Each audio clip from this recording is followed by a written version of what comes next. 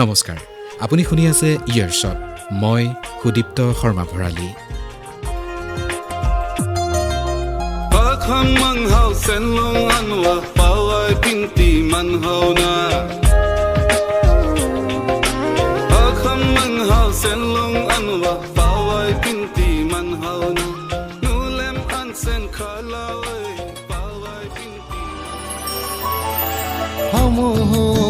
Majang apalem kamhau yau nai oh nangon thuk nika chu ep kau to sera jing nai hau kho chang kho tan kamhau kham tai ma oh sengon thuk nika chu ep kau to sera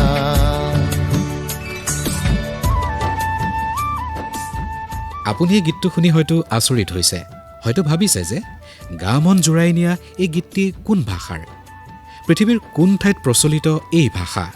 মনত এনে প্ৰশ্ন উদয় হোৱাটো স্বাভাৱিক, কিয়নো অসমৰ বেছিভাগ মানুহে এই ভাষা হয়তো কোনোদিনেই শুনা নাই অথবা এই ভাষাৰ বিষয়ে নাজানেও। কিন্তু আপুনি জানি আচৰিত হ'ব যে এয়া অসমতে প্ৰচলিত এটা ভাষা। অসমৰ তিনিচুকীয়া জিলাৰ মাৰ্ঘেৰিটা অঞ্চলত প্ৰচলিত এই ভাষাৰ নাম হ'ল টাই খামিয়াং। ক্ৰমশঃ হেৰাই যাবলৈ ধৰা এই ভাষা বৰ্তমান প্ৰায় 50জন মানুহেহে শুদ্ধকৈ ক'ব পাৰে। এই সন্দৰ্ভত কি কয় শুনো আহক মাৰ্ঘেৰিটা মহাবিদ্যালয়ৰ অসমীয়া বিভাগৰ প্ৰবক্তা ডক্টৰ ৰুণজুন শইকীয়াই। এই ভাষাটো এটা সুৰ থকা ভাষা। এই ভাষাটো খামতি ভাষাৰ অকণমান ওচৰ চপা আৰু ইয়াৰ লিপিও খামতি, মানে তেওঁলোকে খামতি লিপিয়ে ব্যৱহাৰ কৰিছিল। কিন্তু বৰ্তমান সময়ত এই ভাষাটো উত্তৰ পূৰ্বাঞ্চলৰ এটি বিপদাপন্ন ভাষাৰ অন্তৰ্গত বুলি মানে বহু লোকে কয় বা প্ৰায় মৃত বুলিয়ে কয়। কাৰণ অসমৰ 10খন জিলাৰ ভিতৰত কেৱল তিনিচুকীয়া জিলাৰ পাৱৈমুখ গাঁৱত বসবাস কৰা মাত্ৰ কেইজনমান ব্যক্তিয়েহে এই ভাষাটো বুজি পায় বা তেওঁলোকে কয়।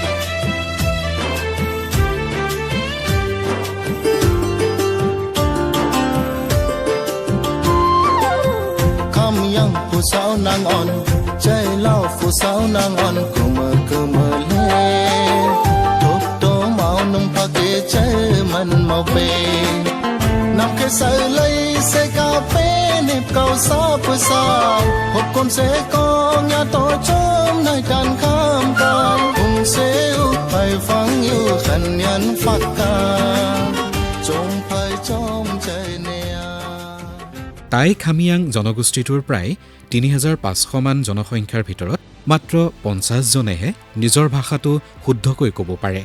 এই ভাষা লিখিব পাৰে মাৰ্ঘেৰিটাৰ পাৱৈমুখৰ কেইজনমান মাত্ৰ বয়সস্থ লোকে।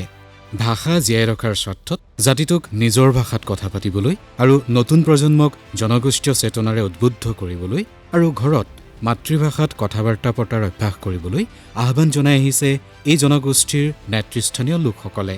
এই সন্দৰ্ভত আন এগৰাকী ভাষাবিদ ডক্টৰ পলাশ কুমাৰ নাথে এইদৰে কয়। ভাষাটো তেওঁলোকৰ বেছিভাগ নতুন সদস্যই, নতুন যিখিনি তেওঁলোকৰ মেম্বাৰ্ছ আছে, উঠি অহা চাম আছে, তেওঁলোকে নকয় বা ক'বলৈ পাহৰি পেলাইছে। গতিকে এই ক্ষেত্ৰত আমাৰ কৰিবলগীয়া যথেষ্টখিনি কাম আছে যে কিবা কৰি আমি ভাষাটো পুনৰুদ্ধাৰ কৰিব পাৰো নেকি, আৰু যদি পুনৰুদ্ধাৰ কৰিব নোৱাৰো অন্তত ভাষাটো বৰ্তমান যেনেকে আছে সেনেকে অন্তত সম্পূৰ্ণভাৱে লুপ্ত হৈ যোৱাতকৈ সেনেকে ৰাখি থৈ দিব পাৰো নেকি। এই ক্ষেত্ৰত গৱেষক হিচাপে বাহিৰৰ পৰা আমি কিছু কাম কৰিব পাৰো, কিন্তু ইয়াত মূল চালিকা শক্তিটো হ'ব লাগে জনগোষ্ঠীটোৰ সি উঠি অহা চাম তেওঁলোক। মই আশা কৰিছো টাই খামিয়াং জনগোষ্ঠীৰ নতুন চাম অগ্ৰজসকলৰ সহযোগত এটা কলাবৰেটিভ মদত এই ভাষাটো ৰক্ষাৰ কাৰণে আৰু এই ভাষাটো পুনৰুদ্ধাৰৰ কাৰণে কাম চলাই যাব।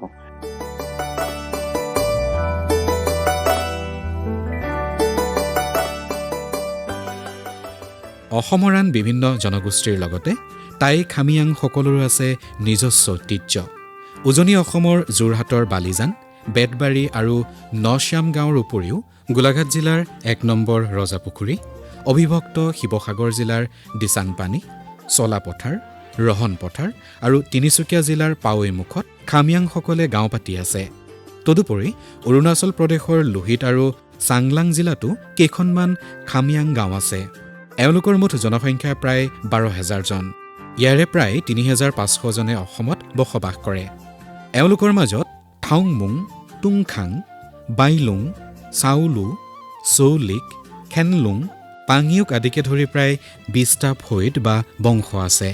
এই জনগোষ্ঠী অসম বুৰঞ্জীত নৰা নামেৰে জনাজাত। অৱশ্যে নৰা শব্দটো এটা অপভ্ৰংশহে। দৰাচলতে পাটকাই পাহাৰৰ নামনিৰ যিটো অঞ্চলত খামিয়াংসকলে অসম ভূমিত পদাৰ্পণ কৰাৰ আগতে বাস কৰিছিল, সেই অঞ্চলৰ এটা অংশ বছৰৰ 12 মাহেই পানীত ডুব গৈ আছিল। সেইবাবেই সেই অঞ্চলটোক স্থানীয় মানুহে নালা বুলি কৈছিল। কালক্ৰমত নালা শব্দৰ অপভ্ৰংশ হৈ নাৰা বা নৰা হয়। আনহাতে অসমীয়া মানুহে গোটেই অঞ্চলটোকে নৰা ৰাজ্য নাম দি ইয়াত বাস কৰা লোকসকলক নৰা মানুহ বুলিবলৈ ধৰিলে।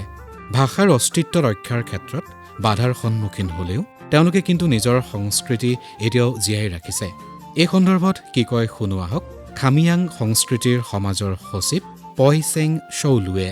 এটা ভাষা কৈ থকাৰ যিটো মানুহৰ একান্ত এটা যিটো ইচ্ছা, সেই ইচ্ছাটোৰ ওপৰতো ডিপেণ্ড কৰে। গতিকে মই ব্যক্তিগতভাৱে নাভাবো যে আমাৰ ভাষাটো হেৰাই যোৱাৰ কাৰণে বাহিৰা পৰিৱেশটো বেছি দায়ী বুলি মই নাভাবো। কিন্তু আমাৰ খামিয়াংসকলৰ যিটো ভাষাটো কৈ থকাৰ যিটো ঐকান্তিক প্ৰচেষ্টা, সেইটো লাহে লাহে মানে নাইকিয়া হৈ যোৱাৰ কাৰণে ভাষাটো হেৰুৱাৰ এটা কাৰণ বুলি মই ভাবো। আৰু এই ভাষাটো সংৰক্ষণৰ কাৰণে আমি যিখিনি কৰিব লগা আছে সেইখিনি কৰিব পৰা নাই যদিও আমাৰ যিবিলাক পুৰণি পুঁজি পাঠি আছে সেইবিলাকতে ভাষাটো সোমাই আছে। গতিকে সেই তেনেকে ধৰণে সংৰক্ষণ হৈ আছে। আৰু আমি কিছুমান পুথি উলিয়াইছো, যিবিলাক সাধু কথাৰ পুথি আৰু ব্যাকৰণ পুথি, সেইবিলাক আমি তাতে দি ৰাখি মানে সংৰক্ষণ কৰাৰ ব্যৱস্থা এটা কৰিছো কমকে হলেও।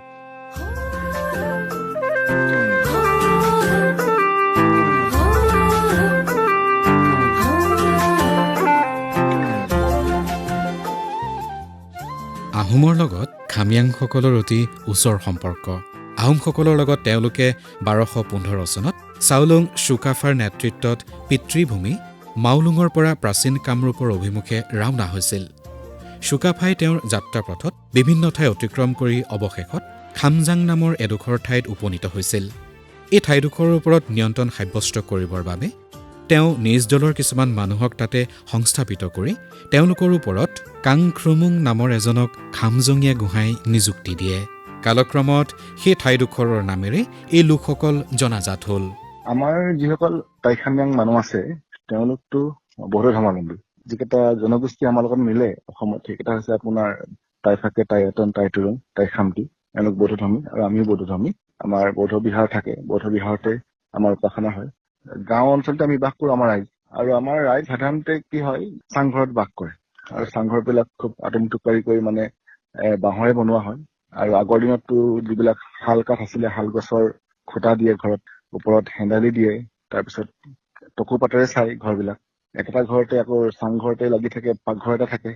তাৰপিছতে আমাৰ যিবিলাক খোৱা বোৱা গোটেইবিলাক বস্তু আমাৰ সাধাৰণতে সিদ্ধ কৰি খোৱা হয়, যিটো মানে ট্ৰেডিচনেল ৱে খোৱাটো। আমাৰ বইল শাক পাচলিবিলাক বেছি খোৱা হয়। ভাতটোতো খাও বুলি কয়, আৰু যাৰ যিটো টোপোলা ভাত সেইটো খাও হও বুলি কয়। তাৰপিছত মাছটো ধৰি লওক যদি আমি বইল কৰি খাওঁ, সেইটো মানে তেতিয়া মাছটো পা বুলি কয়, আৰু বইল কৰিলে সেইটো টম বুলি কয়, পা টম, তাৰমানে মাছ বইল। পুৰুষসকলৰ বেলেগকৈ ড্ৰেছ আছে আৰু মহিলাসকলৰ বেলেগকৈ ড্ৰেছ আছে। মহিলাসকলে এটা সাধাৰণতে কলা ৰঙৰ মেখেলা পিন্ধে, আৰু সেইখনক তেওঁলোকে চিন বুলি কয়, আমি চিন বুলি কওঁ। লগতে তেওঁলোকে এটা নিৰ্দিষ্ট আমাৰ যিটো টাই যিটো মানে পোচাক চিলোৱাৰ ষ্টাইল, সেই ষ্টাইলত চিলাই এটা মানে চোলা পিন্ধে, সেইটোক চু বুলি কয়। আৰু মহিলাসকলে বুকুত এখন মানে কাপোৰ লয়, সেইখন মানে ফামাই বুলি কয়। সেইটো আমাৰ মহিলাসকলৰ ড্ৰেছ। তাৰপিছত আমাৰ পুৰুষসকলৰ এখন লুঙি থাকে, এটা নিৰ্দিষ্ট নিজৰ ঘৰতে বৈ লোৱা নিৰ্দিষ্ট কালাৰৰ এখন লুঙি থাকে, সেইখনক মানে ফালুং বুলি কওঁ। তাৰপিছতে পুৰুষসকলে পিন্ধা চোলাটোকো চু বুলিয়ে কয়। আৰু পুৰুষসকলে সাধাৰণতে মানে মূৰত পাগুৰি মাৰিব লাগে, যিটো ট্ৰেডিচনেল মানে। গতিকে এইকেইটা হৈছে আমাৰ পুৰুষ আৰু মহিলাৰ পৃথক পৃথক ড্ৰেছ।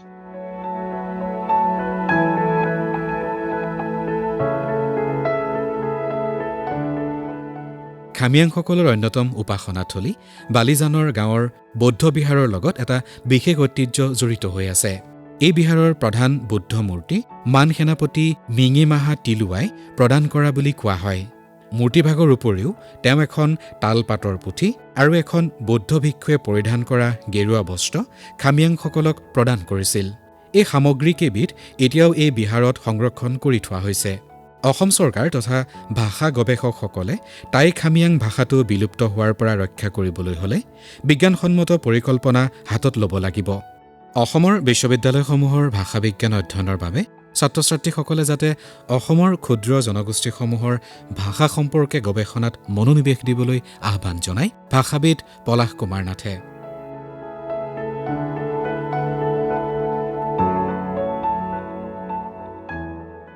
এই প্ৰতিবেদন প্ৰস্তুত কৰিলে মাৰ্ঘেৰিটাৰ পৰা মানস প্ৰতিম গগৈয়ে।